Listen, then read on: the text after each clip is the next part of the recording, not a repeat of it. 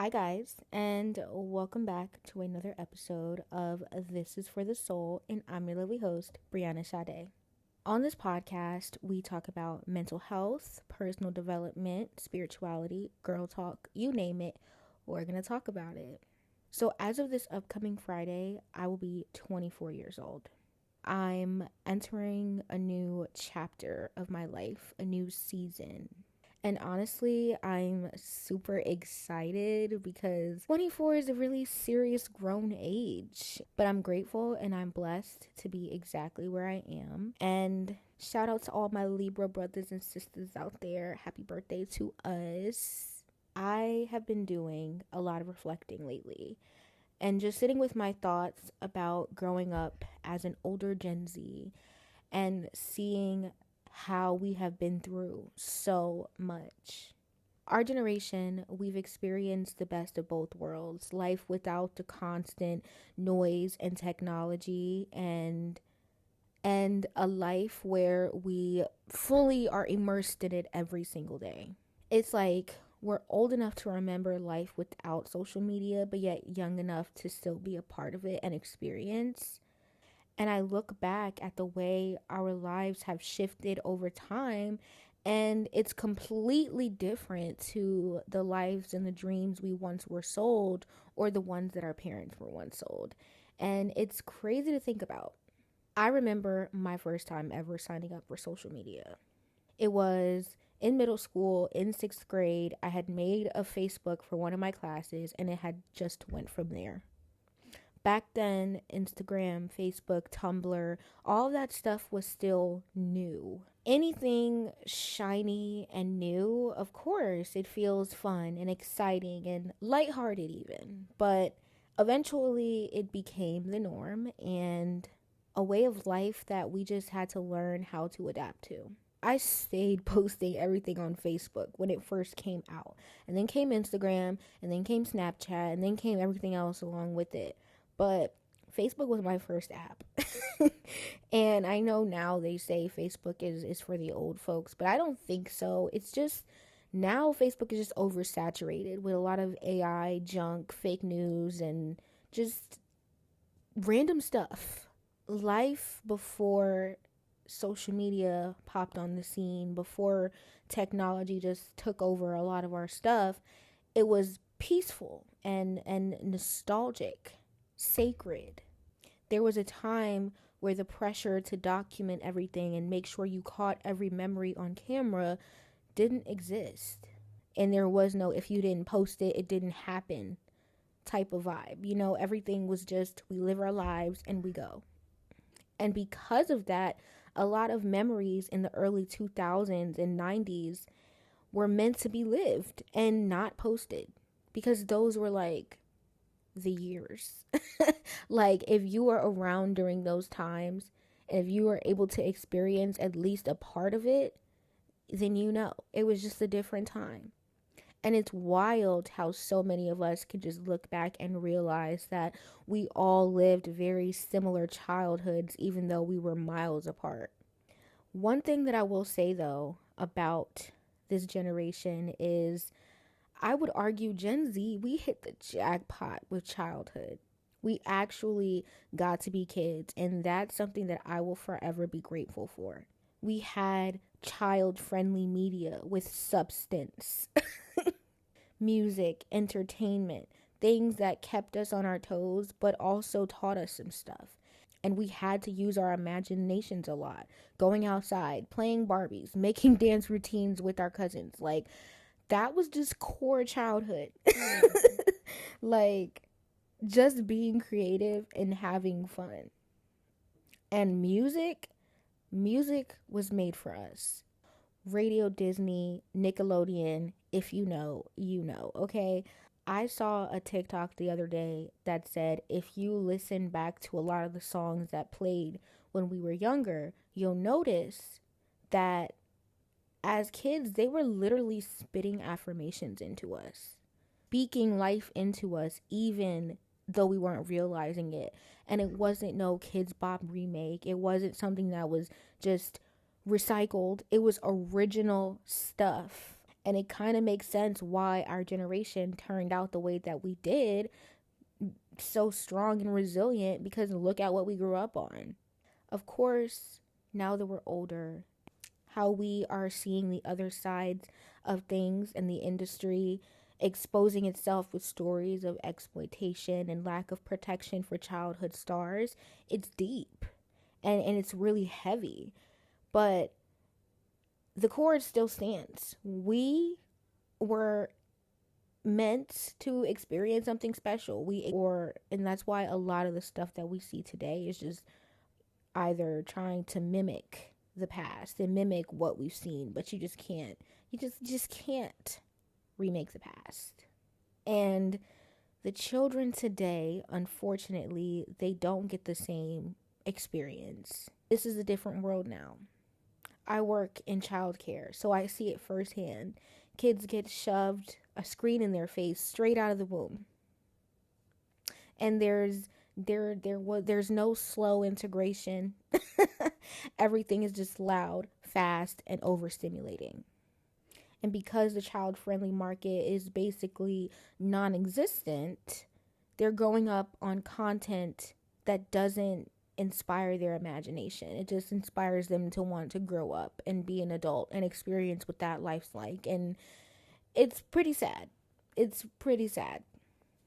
Because nowadays, everything is about growing up, following influencers, trends, being on top of this, and consuming endless content that's not pouring into their soul, their imagination, their creativity. It's just feeding them things that it's not meant for kids. And there's a big difference between the world we grew up in and the world that they're growing up in. I just can't imagine myself having kids right now.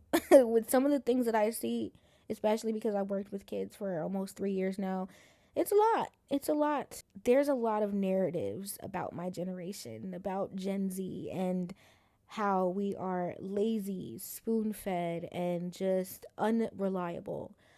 But I will say that regardless of what people may say about Gen Z and how kind of reckless we are going to always put ourselves first. And I know for myself personally, I am big on putting myself first. If it's something that is inconveniencing me or it's making me feel uncomfortable, at some point I'm just going to get rid of it, or I'm just going to walk away, and I'm going to put myself first. And there's nothing wrong with that. I feel like a lot more of us should be more self-ish, because if you put yourself first, then you start to see a lot of other things open up for yourself, and you get to realize that you can live life in color and outside of the lines and not always have to live based on someone else's terms. And it's not that we're lazy. It's just we realize that the work, pay bills, and die mindset is a hell no. And slaving away at one job for most of our lives is a double hell no. And we as a generation also understand that there's more to life than the corner that society has pushed us back into. Millennials and the generations before us had it differently. The cost of living was lower, paths were more stable, and what has worked for them, it just doesn't work anymore in this fast-paced moving world. We're out here juggling post-pandemic debt, mental health, housing crisis, and economic instability, and trying to find meaning and purpose and work on our spiritual health all at one time. All at one time. And on top of that, a lot of us are still living at home, still trying to figure it out, and still trying to make it in a world that feels like it's falling apart all the time, because we literally cannot catch a break. And yet we keep pushing and we keep creating and we keep showing up for ourselves. And that's one thing that's really inspiring, is that no matter what, it's just showing that regardless of what's going on, people are still doing what they need to do to make their coin. We're still doing what we need to do to figure this shit out because it's a lot. And many of us have followed the traditional playbook. Go to college, get a degree, sometimes even multiple. But guess what? It's not always giving. There's this pressure that in reality you have to have it all figured out by the age of 25, but you really don't. And honestly, like, if you were to ask me would I see myself being where I am right now when I was younger, like maybe 10 years old, I probably would have said no. I probably would have thought, yeah, I'd probably be on my way to having kids, a career, blah, blah, blah. But the reality check comes when you realize that you don't have to have it all figured out. You don't have to have your life put together in a wrapped in a pretty bow by 25. There's some 30-year-olds out here who don't even have it all together. Work culture is shifting. Our definition of success has been rewritten, and our generation now is the up and coming generation that's going to change the world. I can feel it. I feel like Gen Z is going to change the world. We're going to make things shake and make things different because it's about time that some change happens. And we're prioritizing our mental health, our peace, our alignment over the hustle and the grind. And of course, there's people that are still going to be stuck in that, but what more can you do? What more can you do for them that they're not already doing for themselves? It's like if some people just don't want to wake up and they want to stay asleep, then that's just what it's going to have to be. And we're choosing to build our lives that feel good from inside. And some people, if you aren't doing the right self-work, if you aren't giving yourself grace, if you're not prioritizing your self-care and making yourself a priority, then you might not get to a point where you feel good, because you're doing everything else outside of what you need to do, which is come back to yourself to feel good. And some people, they just have to realize that the hard way, or they want to realize that the hard way. But by doing all this is not just to look good on the outside, it's also to look good on the inside. Being a older Gen Z, zillennial, as they may say, it means that we are living at a crossroads between two eras. We've seen the world before. It was hyper connected, and now we're living in the thick of it. But I do believe that at some point we can get back to that space where we aren't as connected, but we're also happy. It's all about finding a balance. We're not lazy. We're not lost. We're just awake. We're just here to question everything. That was the whole point of this generation, to question and shake things up. Because, again, things need to change. And every generation is going to come in and bring in their change makers, bring in their set of problems and issues. But ultimately, it's meant to change. The future is now. And we're meant to evolve and grow. We're not meant to stay stuck in the same cycles. At some point, something's got to be different. And we're making way for a society that prioritizes balance and joy and lifestyle, meaning. So if you grew up like me in this beautiful in-between era, before the chaos and after, then this episode is for you.